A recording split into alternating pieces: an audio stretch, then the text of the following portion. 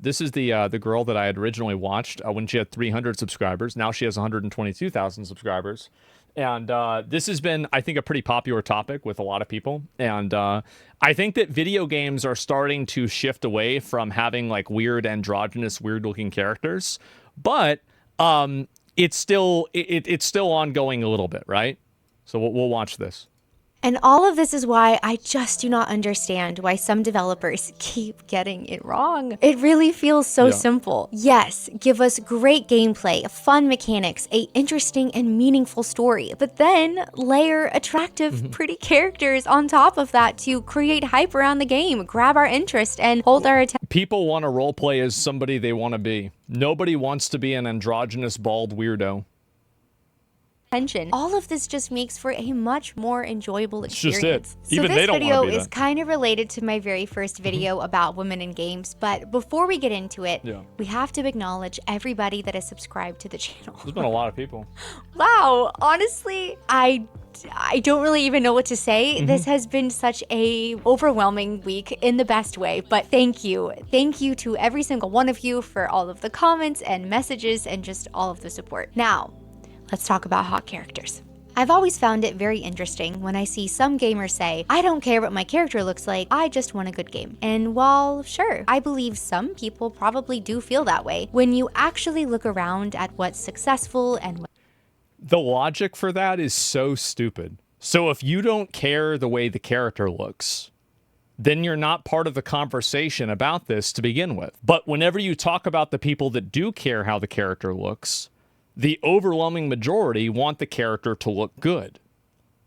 So if you are saying, by definition, I don't care about this, I don't care, is not an argument against one side. It's you saying that you don't care about either side. So either you're saying you don't care, or you're trying to fight against the people that say that they do. And again, if you're trying to tell people what they can and can't like, or what they should and shouldn't like, I think you're in for an uphill battle. what's not, what resonates and what doesn't. The idea that visuals don't matter, it doesn't really hold up. The second you start digging into this stuff, it's pretty clear. Visuals play a huge role in whether something hits or flops. And if they didn't, cosmetics probably wouldn't be one of the most profitable parts of the entire gaming industry. That's a great point. And I've said this before myself, and this is true, is that how do you say that people don't care how they look if cosmetics are so popular? Really, it doesn't make any sense. Is I think most of us do care, even if it's subconsciously. And this isn't just a gaming thing, but for whatever reason, the gaming industry seems especially confused about it. Because books, anime, movies, shows, we care about how the characters look. And we always have. Now, well, movies have had this problem too, where like they keep casting actresses that are not really like particularly very attractive in roles, and the movies don't do as well as whenever they cast a really attractive actress in a role. It's a very, very important thing, and I think this is true also for men as well. Like it's not just for it's not just for girls, it's also for guys.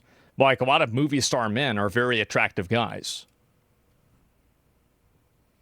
To be clear, an attractive character cannot save bad writing or bad gameplay. A great design won't make a boring game fun, and eye candy is totally pointless if there's zero substance to back it up. And on the opposite side, it's not like a game is necessarily doomed if the characters are uninspired or unattractive. But let's be honest, we have been done dirty quite a few times at this point. But when it does work, when you combine great writing, a solid I think it's pattern recognition with a lot of people. Like whenever they see a lot of these video games that come out with these weird androgynous characters and then the games are bad, I think people start to recognize a pattern where it's like, it seems like every single time one of these games comes out, it's always bad if it has these types of characters.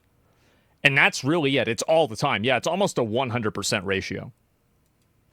Gameplay and a compelling visual design. That's really when the secret sauce hits, and that's when a character truly becomes iconic. So, how important is beauty really? What can it actually be used for in storytelling, and why does it matter at all? Yes, beauty is completely subjective, but let's try and figure it out together. Yeah, beauty is subjective. Yes, this is true to an extent, okay?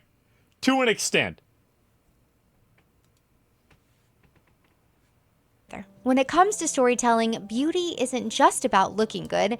It's about what that beauty communicates. It's a kind of visual shorthand for personality, purpose, or the emotional tone of a character. Take Cortana from Halo. Yeah, She's sleek, luminous, and kind of untouchable. Her ethereal design isn't random. It reinforces her role as an AI. She's attractive, mysterious, highly advanced, but also just slightly out of reach. Or Aerith from Final Fantasy. She's beautiful in this really soft, gentle way. Her design radiates hope and warmth, and you feel that when she's on screen. There's something very delicate and endearing about her that sticks with you. Then there's Eve from Stellar Blade. There you go. And yeah, people definitely noticed her design pretty much immediately. She's bold, striking, and yes, super hot. But what's cool is that once the game launched, the gameplay actually backed it up. And okay, can we talk about Verso from Clair Obscur for a second? Because yeah, exactly. Like, I mean, this is a good looking dude, man. Like, I mean, it's so weird that like we're talking about this because like in a lot of these games,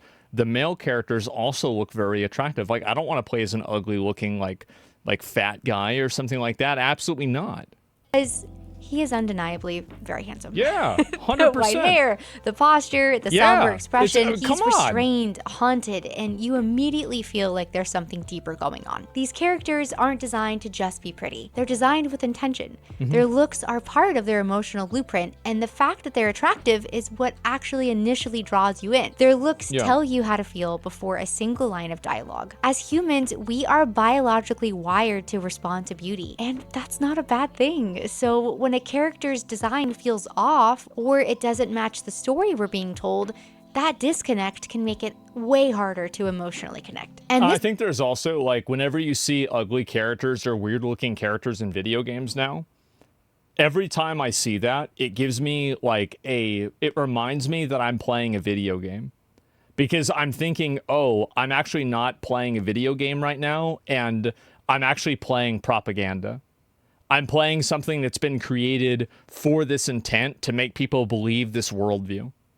It's like immersion breaking, basically.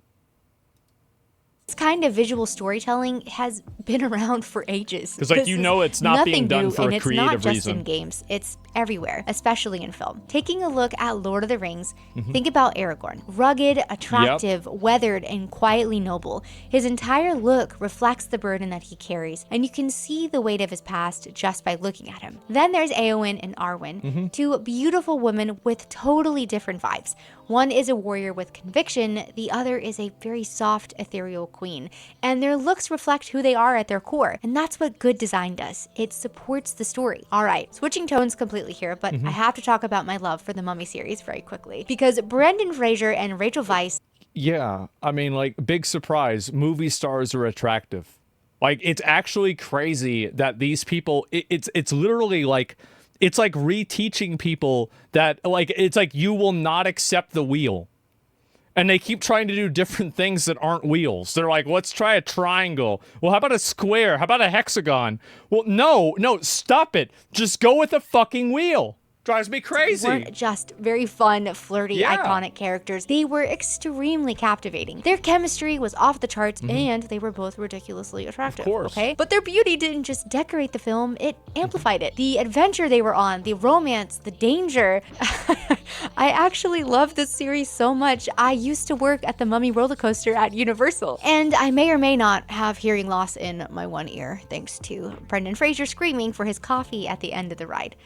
Just a little bit of NPC lore for you. Yeah, I bet. So if we know that beauty helps tell the story, what about when it's entirely in the player's hands? Let's talk about character customization and the literal billions this is what I said before, right? Is like you look at a lot of the people, like there's two kinds of people that make characters, right? There are characters that people make that are like the most fucking eldritch abominations that H.P. Lovecraft could not even dream of. And then you also have people that make attractive characters. And if I look at a lot of girls' characters, what I notice is that all of their characters are attractive.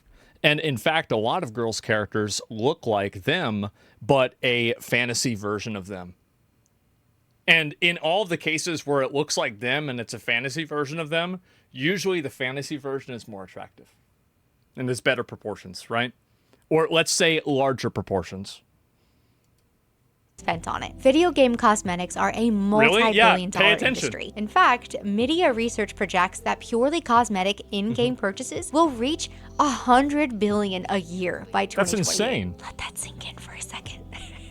$100 billion a year. Yeah, but hey guys, keep in mind, people don't care about how they look in video games. For making your character look nice. Yeah. Listen, all right, I am not ashamed that I myself played a part in this pretty recently. I hadn't touched Fortnite in like 7 or 8 years, but I randomly started playing duos again over the last few months, and pretty much right after I did, I saw none other than Spike Spiegel and Faye Valentine in the shop. Yeah, I was buying up those V-Bucks pretty much immediately. It was just the idea of getting to play as some of the characters I love so much in a game that I've unironically been having a ton of fun with. It was almost like I had no choice here. Quick side note, Faye Valentine definitely goes on our list of amazing female characters. Yeah, and guess what? She's hot. What a surprise. Wow. Wow. What? Who could have possibly guessed? For sure. And I must confess, I also purchased the Sabrina Carpenter skin. Who is also hot. Her dress was just so pretty. Yeah. Now on the flip What a side, surprise. the opposite is true too. When character design fails to resonate, players clock it immediately. This is very old news at this point, but I always think about Concord. This was really the first time, at least for Shit, bro, like... What were they thinking, man? Like, this is just sad. It really was. It's just sad. me They that I never had live seen it down? so Yeah. much public backlash about character design. And for Concord, yeah, it kind of seems like It's this was one of the deserved. biggest reasons that it flopped. Yep. People did not like the characters. No, it They looked like felt shit. awkward, uninspired, off-putting, Yeah. forced. In a market full of games where the character designs are intended to be inherently beautiful, bold, attractive, Concord's cast kind of looked like they were built by a committee just to check boxes. And then there's Starfield. This game was Yeah, supposed to yeah, designed by, like, character designed by HR. That's it. be massive, story-rich, world-expanding, but on top of just so-so gameplay, the one thing I kept seeing over and over again was how unappealing, bland-looking, and emotionally empty the NPCs felt. They didn't draw you in or match the tone of the world. For the I'm gonna be honest, I don't even think this is Bethesda's fault specifically with the, I don't think they even tried to do this. I just think the game was, the entire thing was half-assed. And like, this is just another example of the game being half-assed. Like, it's not even this wasn't even like a conspiracy. It was just like bad game bad. most part, they were just generic copy-paste that you didn't really want to engage with. Another game that comes to mind that I've mentioned before is Star Wars Outlaws. Unfortunately, both good gameplay and good character design were a miss here. And there were even moments where Kay Vess didn't look quite human, which is very wild because her actress is... I just remember, like, I remember whenever this game came out and people were like, no, Assassin's Creed is actually going to be really good. And I'm like, let me get this straight. So the company that's made 5 games in a row that are bad, the new one's going to be good? Uh-huh.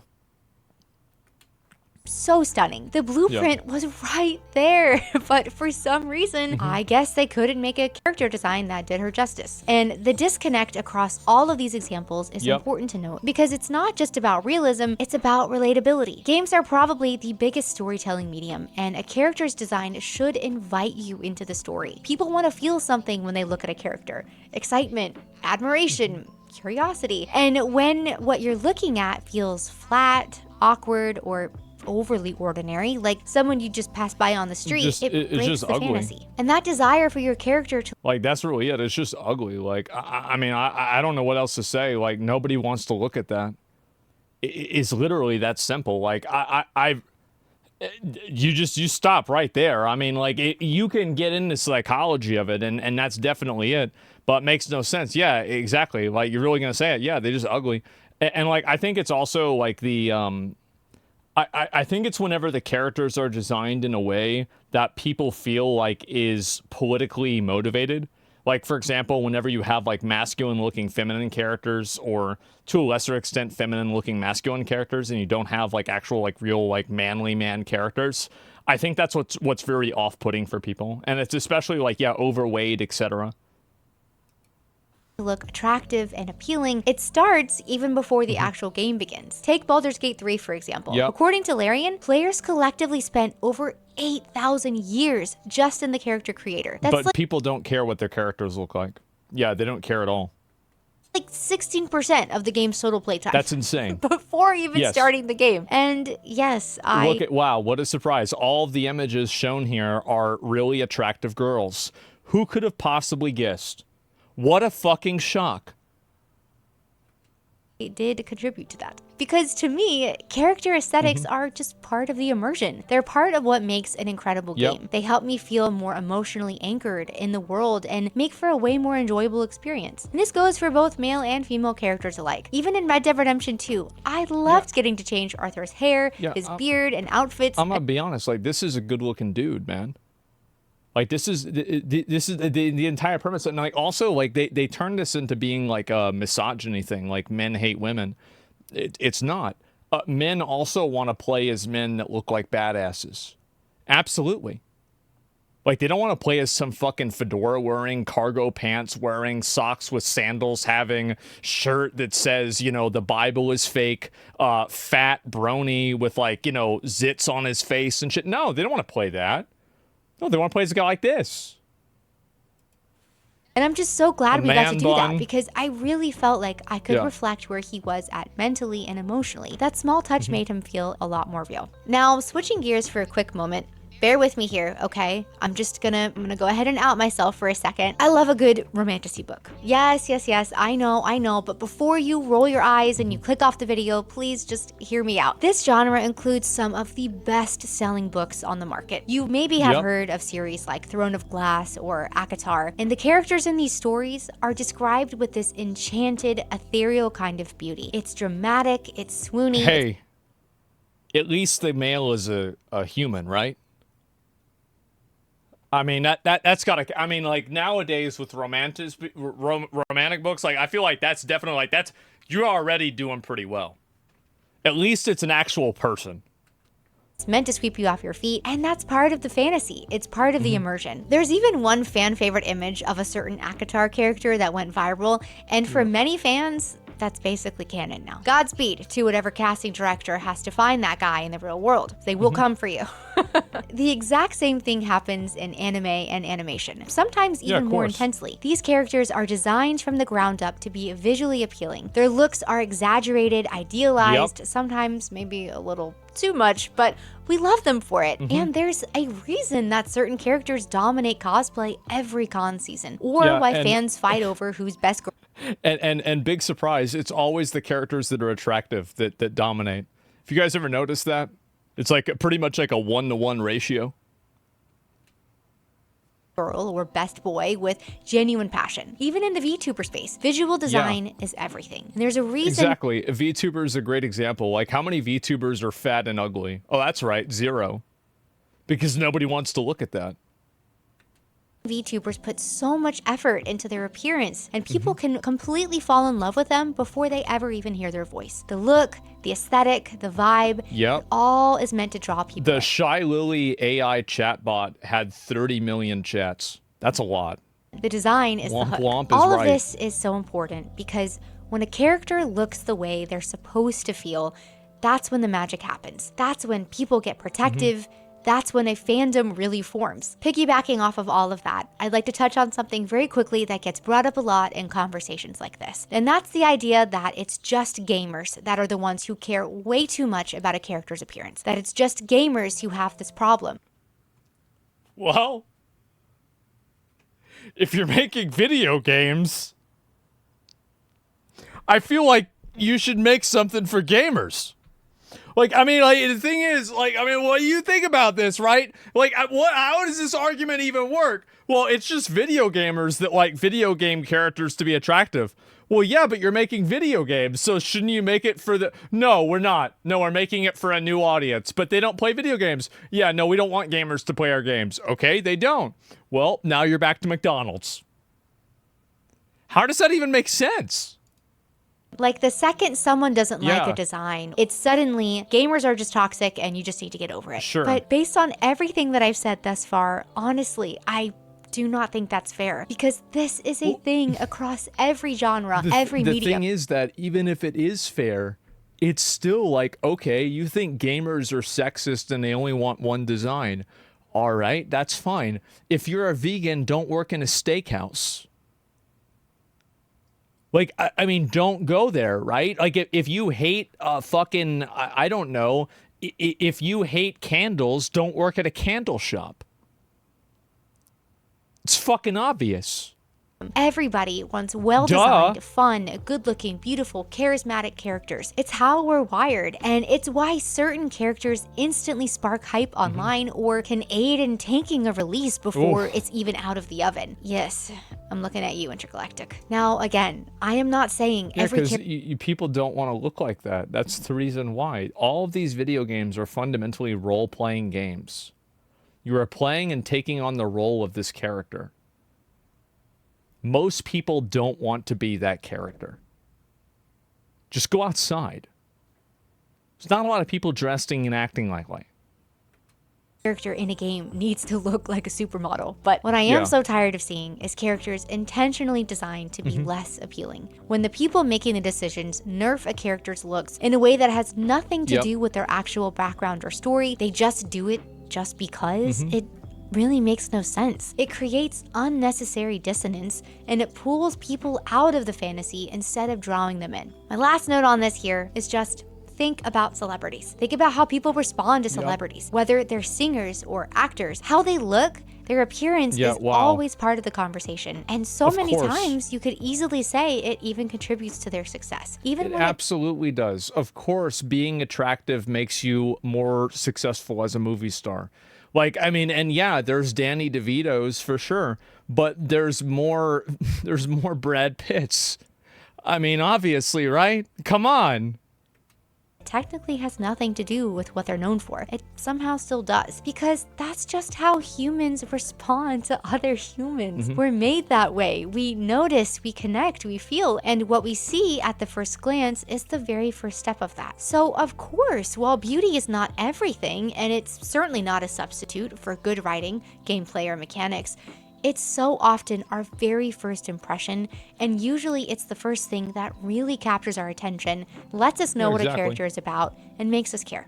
And this is something that has always mattered and will always matter, regardless of the medium being used to tell the story. And all of this is why I just do not understand why some developers keep getting it wrong. It really feels so simple. Yes, give us great gameplay. I think the reason why they get it wrong is because they're trying to get it wrong. They want to get it wrong. That's the whole reason. Yeah, that's it. I mean, I don't know what else to say other than that. Fun mechanics, a interesting and meaningful story, but then layer attractive, pretty characters on top of that to create hype around the game, grab our interest, and hold our attention. All of this just makes for a much more enjoyable experience. For developers who are passionate about the projects that they're making, and they're doing it for the right reasons, odds are this is probably already all included. Yeah, so exactly. It really and as somebody said, they're trying to pander to an audience that doesn't exist. I'm gonna be real. That's exactly it. They're trying to make videos, they're trying to make games and make this content for people that don't play it. And I feel like now, like that's now kind of stopped, but that was the main operating function of these companies for a long time.